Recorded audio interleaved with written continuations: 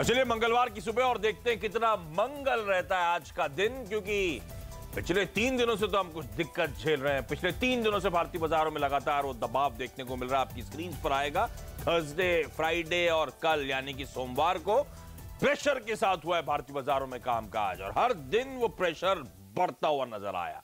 कल बढ़कर almost 100 point की कमजोरी निफ्टी में देखने को मिली है। ऐसे में आज का सेशन कैसा रहेगा, क्योंकि जहां तक संकेतों की बात है वो तो कुछ अब बेहतर नजर आते हैं। एक बार संकेत स्क्रीन पर लेकर आए। कल सुबह सुबह जब हम लोग बैठे हुए थे और चर्चा कर रहे थे ग्लोबल दिक्कतों की, तब उस समय डाउ फ्यूचर्स थे 130 पॉइंट नीचे। उसके बाद दिन के दौरान जब हम 3:30 बजे बंद होने आए तो डाउ फ्यूचर्स महज 25 पॉइंट नीचे थे, और फाइनली दरअसल अमेरिका में कल हरे निशान में कामकाज हो गया। डाउ 15 पॉइंट ऊपर जाकर बंद हुआ। तो वो जो ग्लोबल सेल ऑफ था वो अब शायद खत्म होता हो, एटलीस्ट आज के लिए तो उस तरह के संकेत। पर क्योंकि अगर मूड सुधर रहा है तो कच्चे तेल में उबाल आ गया उल्टा। 50 सेंट्स के आसपास कल और आज सुबह के बीच में वो उछाल हमें डाइजेस्ट करता है। इन सब के बीच एसजीएक्स निफ्टी दिखा भी रहा है कि पिछले 3 दिनों के बाद आज एक फ्लैटिश नोट पे शायद एक हरे निशान, हरी टिक के साथ शुरुआत हो सकती है। ये तो आज का ट्रेड का बैकड्रॉप, लेकिन डिटेल्स क्या है, अमेरिका में दरअसल हुआ क्या, उस पर बातचीत करूंगा नीरज से। आज की रणनीति बनाने के लिए मदद करेंगे दिल्ली से वीरेंद्र जब जुड़ेंगे हमारे साथ। लेकिन नीरज जी, मूड कैसा, ये क्या वो रिसेशन का डर एक ही दिन में गायब हो गया?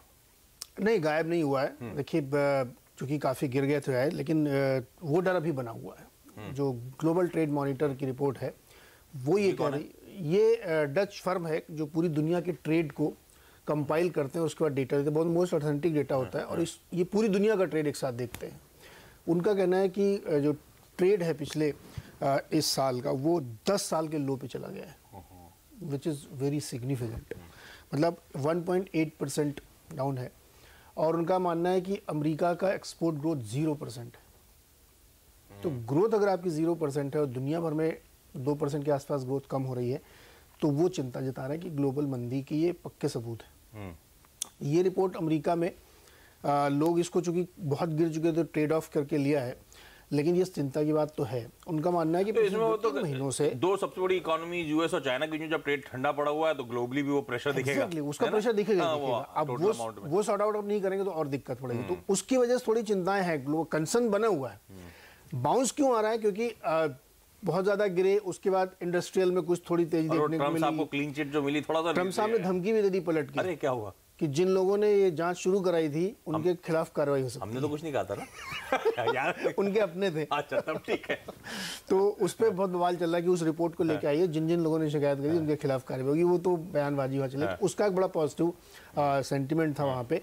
दूसरा, गोल्डमैन सैक्स ने कल, आप हर वेबसाइट पे देखेंगे बड़ा लिखा हुआ रिलैक्स, अभी मंदी नहीं है। तो उसको भी लोग थोड़ा सीरियसली ले रहे हैं कि नहीं, इतना डरने की जरूरत नहीं है। तो थोड़ा सा माहौल बना हुआ है, लेकिन सच ये है कि ग्रोथ की थोड़ी चिंता तो है, क्योंकि वो फिगर्स में जब दिख रहा है तो आप उसको इनकार नहीं कर सकते। तो इसलिए थोड़ी सी कॉशियस अप्रोच रखनी चाहिए। अच्छा, वो कल हम लोग इनवर्स ज्यादा है 10 साल से, लेकिन जैनेट येलेन, वो पूर्व जो फेड चेयरमैन थी, उनके बयान आए कि ये रिसेशन की तरफ पॉइंट आउट नहीं कर रहा है। इस बात का ध्यान रखें, ये क्लियर कट इंडिकेशन है कि रेट कट्स की जरूरत है इकोनॉमी को स्लो डाउन से बचने के लिए, ना कि रिसेशन से। अच्छा, कल ठंडे पड़ गए एफआईएस 150 करोड़ रुपए, क्या एकदम चिल्लर पे उतरा है। आप कह रहे थे ना एक दिन भी नेगेटिव हो जाएगा तो फिर मुश्किल है, लेकिन आज बढ़ेगा हमको लग रहा है। हाँ ठीक है, कल एवरेशन में भी नेट तो खरीदारी कर डाली जब मूड। वो 1 लाख रुपए की वोट क्यों मांग रहे हैं? पीएम अगर आप ट्विटर फॉलो करते हो नीरज ने, वो ऐसा क्यों? एम्प्लॉयबल, जवाब की नौकरी आप नहीं पूछ सकते। हाँ नहीं, जरूरत भी नहीं है, जब आप बनाएंगे तो पूछ लेंगे। नहीं, तब भी नहीं पूछ सकते। ठीक है, चलिए सेटअप कुछ बेहतर हद तक सुधर वाली बात नहीं है। अच्छी तेजी हुई थी तो हेल्दी करेक्शन है को देखने को मिल रहा है, पर वो 100 पॉइंट का थोड़ा धक्का लग जाता है। अब ये कोर्स खत्म हो गया है क्या? हालात सुधरे? देखिए आशीष, कल हमने तय किया था कि हमारे पास कल करने के लिए कुछ है नहीं। याद है आपको, हमने तय किया था कि एक ऐसा दिन मान के चलेंगे कि शायद कुछ संकेत दे वो मंगलवार के लिए कि कुछ हम कर पाए। अच्छा, जरा आप एक बार कल का इंटरडे लेके आइए आशीष। कहाँ हम खुले अगर आप देखें वो 20, 30, 40 पॉइंट का अगर आप देखें दायरा, एक गैप डाउन ओपनिंग के बाद, यानी पूरे दिन consolidation with positive bias with negative bias, ये हुआ। तो कल कुछ मौका नहीं मिला, लेकिन कल बाजार ने डिफाइन किया कुछ। कल निफ्टी ने भी और निफ्टी बैंक ने भी कल कुछ डिफाइन किया। निफ्टी ने डिफाइन ये किया कि बॉस मेरे लिए 10 डेमा बहुत इंपॉर्टेंट है, बॉस मेरे लिए 11300 बहुत इंपॉर्टेंट है, क्योंकि वहां पर 300 की पुट सबसे बड़ा ओआई होल्ड करती है आफ्टर 500 और 400। निफ्टी बैंक आशीष कल खुला लगभग जिस ट्रेजेक्टरी में, उसके बाद उस लो को रिविजिट नहीं किया। निफ्टी बैंक का जो 10 डे में था वो था करीब 29,107, लेकिन हम ऑलमोस्ट डे हाई के आसपास क्लोज हुए and thanks to HDFC bank. कल दोनों ही इंडस्ट्रीज ने अपनी लोअर एज को डिफाइन किया। आप बात कर रहे थे एफआईएस के आंकड़े, हाँ कमजोर आंकड़े हैं एफआईएस के, याद रखिए कैश में उतनी स्ट्रांग बाइंग नहीं है, लेकिन डीआईएस की उसके अगेंस्ट इतनी स्ट्रांग सेलिंग है भी नहीं, उनकी भी तरफ से अगर आप देखें चिल्लर बेचा गया है। लेकिन कल एक चीज है आशीष बहुत बढ़िया हुई, जिसको मैं रिस्पेक्ट देना चाहूंगा, जिसको मैं सम्मान देना चाहूंगा, और वो है एफआईएस का इंडेक्स ऑप्शंस का आंकड़ा। अगर आप कल इंडेक्स ऑप्शंस का आंकड़ा देखें एफआईएस का, तो वो काफी बड़ा रहा, और वो इंडिकेट करता है कि एफआईएस इंडेक्स जो 150 करोड़ रुपए का खरीद के ले गए, एक और चीज उन्होंने की है, याद रखिएगा, उन्होंने ये किया है, उन्होंने कॉल बहुत बड़ी प्लस की है और पुट भी बहुत बड़ी प्लस करी है। उन्होंने लगभग 29,000 कॉल प्लस करी और लगभग 30,000 पुट प्लस करी है, यानी वो भी किसी पुल बैक को एक्सपेक्ट कर रहे हैं। और माइट भी जो आशीष, ये जो नीरज जी ने आखिरी बात कही ना कि कैश आज आ सकता है, मैं उस चीज में बिलीव करता हूं। तो इन डेटा को देखते हुए और इन स्टैट्स को देखते हुए मेरी अप्रोच ये रहेगी आशीष कि मैं लॉन्ग खेलूंगा। एसजेएक्स निफ्टी पॉजिटिव है, अगर मुझे किसी भी जोन में 11,330, 40, 50 के आसपास भी निफ्टी एक बार मिलता है तो मैं लॉन्ग करने की कोशिश करूंगा। मेरे पास एक कॉल भी प्लस है, क्योंकि मैं बिलीव करता हूं कि आज, कल और परसों में दायरा रहेगा नीचे 11,300 और ऊपर 11,500, क्योंकि 11,500 की कॉल सबसे बड़ा ओआई होल्ड करती है। तो मैं इस रेंज को प्ले करना चाहूंगा। कल 11,300 बाजार ने डिफाइन किया है कि ये मेरा इंपॉर्टेंट बेस है, 10 डे मेरे लिए इंपॉर्टेंट बेस है, निफ्टी बैंक के लिए 10 डे इंपॉर्टेंट बेस है, तो मैं इस रेंज को खेलना चाहूंगा। हाँ, अगर मैं इस रेंज में लॉन्ग करता हूं तो 450, 460, 470 की रेंज में अपने लॉन्ग्स को मैं ऑफलोड कर लूंगा। ठीक उसी तरह आशीष, निफ्टी बैंक पे अप्रोच कर रखे। निफ्टी बैंक ने अपना कल 10 डे नहीं वॉलेट किया, नहीं तोड़ा। 29,100, 29,200 काफी क्रिटिकल बेस है, वो सपोर्ट है, उसको इसने रिस्पेक्ट दी। उस रेंज में मिले 29,250 की रेंज में मिले तो लॉन्ग जाइए। पॉसिबिलिटी ये ऊपर की तरफ 29,500, 29,554 दे सकता है। तो इस छोटे ट्रेड पे फोकस कीजिए, और मेरे ख्याल से अगर आप ऑप्शन के खिलाड़ी हैं आशीष, तो कम रिस्क में इस जोन को बहुत बेहतरीन तरीके से खेला जा सकता है। इंटरेस्टिंग। तो आज देखिए कमेंट्री बेटर होती हुई आज लॉन्ग करने का मन है। 11,330, 11,340 के जोन्स पे आता है तो उन लेवल्स पे खरीदारी करने का मन निफ्टी पे, और 11,50, 450, 460, 70 के जोन्स पर आप बुक आउट कर लें। ये इस तरह से आज का बाजार को ट्रेड करना है। अच्छा, आपने कहा एक कॉल प्लस है मेरे पास, कौन सी कॉल हम लोग कैरी कर रहे हैं इस समय? हाँ देखिए आशीष, हालांकि वो कल मेरी जो कॉल थी 11,500 की, वो क्लोज थोड़ा नीचे हुई है, लगभग 15 रुपए के आसपास। मैंने 22 रुपए में और 21 रुपए में प्लस करने की बात की थी। लेकिन आशीष एक चीज है कि फ्यूचर्स को लॉन्ग करने के बजाय ये जरिया अच्छा है, याद रखिए। एक चीज है आशीष, मैंने शॉर्ट क्यों नहीं किया? मैंने शॉर्ट इसलिए नहीं किया क्योंकि शॉर्ट के लिए एक फॉलो अप सेलिंग की जरूरत थी, वो नहीं थी। कल आप देखिए 1:33 पर, एग्जैक्टली 1:33 पर HDFC बैंक डे हाई पे था और उसके चलते निफ्टी बैंक चल गया। ठीक है, तो ऐसे रिस्क मेरे सामने शॉर्ट्स के अगेंस्ट बहुत खड़े हुए हैं। नहीं, ठीक है, इसीलिए मैंने शॉर्ट नहीं किया था। कल इस ऑप्शन के जरिए लॉन्ग किया था। कल सेल करने की रणनीति भी नहीं थी, और आज देखिए अब प्लस करने के मौके, खरीदारी करने के आसान शब्दों में मौके होंगे बाजार में। इस नोट पर चलिए आगे बढ़ें। ये तो निफ्टी की बात हो गई, आज का मूड सेट कर लिया, लेकिन स्टॉक स्पेसिफिक एक्शन हेडलाइन में भी हमने कई सारे स्टॉक्स हाईलाइट कर रहे हैं जो आज खबरों में रहने वाले हैं। तो आज तो एक्शन पैक्ड दिन है। ऐसे में हेमंत जुड़ चुके हैं। Hemant, good morning. कौन सा आशीष, फोकस पर रहेगा आईसीआईसीआई प्रूडेंशियल, और यहाँ पर देखिए प्रूडेंशियल कॉर्पोरेशन जो है, जो इनका जॉइंट वेंचर कंपनी है, वो करीब 2.6% हिस्सेदारी बेचेगी। ये ओएफएस के जरिए हिस्सा बेचा जाएगा। तो नॉन रिटेल पार्टिसिपेंट्स के लिए आज मौका होगा, और रिटेल के जो लोग हैं वो कल इसमें हिस्सा में, इस ओएफएस में पार्टिसिपेट कर सकते हैं। फ्लोर प्राइस 300 रुपए रखा गया है, क्योंकि करंट मार्केट प्राइस 322 का है, तो ये डिस्काउंट पर है, तो हो सकता है इस स्टॉक में आज एक गैप डाउन ओपनिंग होती हुई नजर आए। ध्यान रखिए, प्रूडेंशियल कॉर्पोरेशन को अगर अच्छी डिमांड मिली तो वो 2.6% के अलावा 1.11% और बेच सकते हैं इसमें हिस्सेदारी। तो इस स्टॉक के ऊपर रहेगी। तो 2.6 तो मैंडेटरी वाला हो गया। एग्जैक्टली, उसके अतिरिक्त अगर मजा आ रहा है, आपने बहुत सारा पैसा डाल दिया तो 1.1% और ले लेंगे। तो फिर ये ग्रीन शू ऑप्शन उन्होंने अपने पास रखा हुआ है।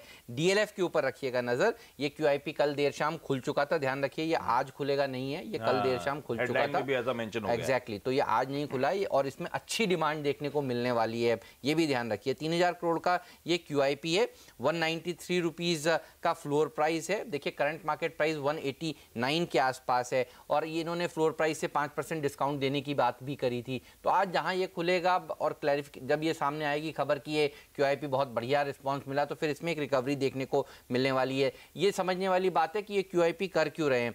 DLF के प्रमोटर्स ने दरअसल 2250 करोड़ रुपए के कंपल्सरी कन्वर्टेबल डिबेंचर्स को लिया था और वो डिबेंचर्स जब वो कन्वर्ट करेंगे तो उनकी हिस्सेदारी 75% से ऊपर हो जाएगी। क्योंकि 75% से ऊपर हिस्सेदारी नहीं हो सकती, फ्री फ्लोट 25% का किसी भी लिस्टेड कंपनी में होना मैंडेटरी है, सेबी के नियम ये कहते हैं, इसीलिए ये दरअसल QIP कर रहे हैं। तो ध्यान रखिए इस QIP और ये जो पैसा इनके हाथ आएगा उससे ये अपने कर्ज को रीपे करने वाले हैं। तो DLF के स्टॉक पर आज नजर होनी चाहिए, छोटे मोटे गैप डाउन के बाद फिर ये रिकवर कर सकता है। नजर रखिएगा जेट पर, और जेट पर कल हम कह भी रहे थे कि अब अच्छी खबरें आनी शुरू होंगी, बहुत दिन हो गए खराब खबरें आ गई। तो देखिए कल बाजार बंद होने के बाद नरेश गोयल और अनीता गोयल ने स्टेप डाउन कर दिया है और FM ने जो स्टेटमेंट दिया है वो बहुत ही पॉजिटिव है। वो कह रहे हैं बहुत खुश हैं वो जो SBI ने किया है और अब समझ में ये आ रहा है कि नया निवेशक जो है वो इस कंपनी में 31 मई तक आ जाएगा। एक्सप्रेशन ऑफ इंटेंट जो है वो दरअसल 9 अप्रैल तक मांगे जाएंगे। डेडलाइन जो है लोग जो बिड कर सकते हैं इस कंपनी के लिए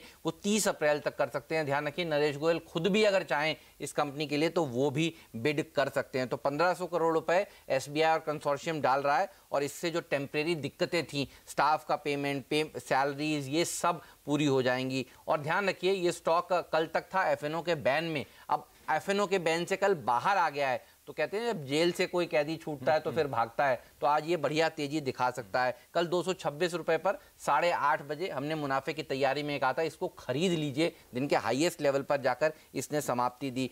ITC के ऊपर रखिएगा नजर और RIL पर भी। ITC का एक ब्रांड है जॉन प्लेयर और ये जाना माना ब्रांड है, ये दरअसल खरीद रहा है RIL 150 करोड़ रुपए में। ये वो तो कपड़े वाला ब्रांड, एग्जैक्टली जो अच्छा ब्रांड है और यंगस्टर्स इसको पसंद भी करते हैं। SIS सिक्योरिटीज के ऊपर रखिएगा नजर और इस कंपनी में कुछ फंड्स हैं जिन्होंने करीब 0.25% हिस्सेदारी 830 रुपए के आसपास खरीदी है। और इंडिया बुल्स रियल पर भी रखिएगा नजर, यहां पर ये NCD के जरिए करीब 600 करोड़ रुपए जुटाने जा रहे हैं। तो ये तमाम स्टॉक्स हैं जिस पर नजर आज रहेगी। ठीक बात। इसके साथ साथ आज के ट्रेडिंग कॉल्स। KR चौकसी सिक्योरिटीज कहता है मैक्स फाइनेंशियल्स में बिकवाली करने के मौके 438 के टारगेट्स। शेयर इंडिया सिक्योरिटीज का मानना है HDFC बैंक खरीदारी करके चले, हैवी वेट में खरीदारी 2320 के टारगेट्स यहां पर। और एंजल ब्रोकिंग का मानना है M&M फाइनेंशियल्स में भी खरीदारी करनी चाहिए, 440 के लक्ष्य यहां पे हासिल हो जाएंगे। और ध्यान रखें तमाम स्टॉक्स हेमंत ने हाईलाइट करे, साथ साथ उसमें माइंडट्री को जोड़ लीजिए। आज फिर से वो प्रमोटर्स की बोर्ड की कंपनी की बैठक होने वाली है, तो देखते हैं क्या निकल कर आता है।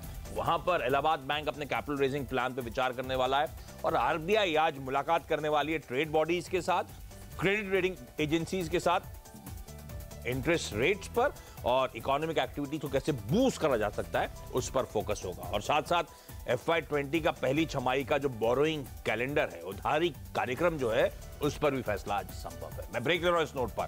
ब्रेक के उस पार कमोडिटी और करेंसी मार्केट्स की टॉप स्ट्रैटेजीज, ब्रोकरेज आपकी स्क्रीन पे नीचे चलते हुए।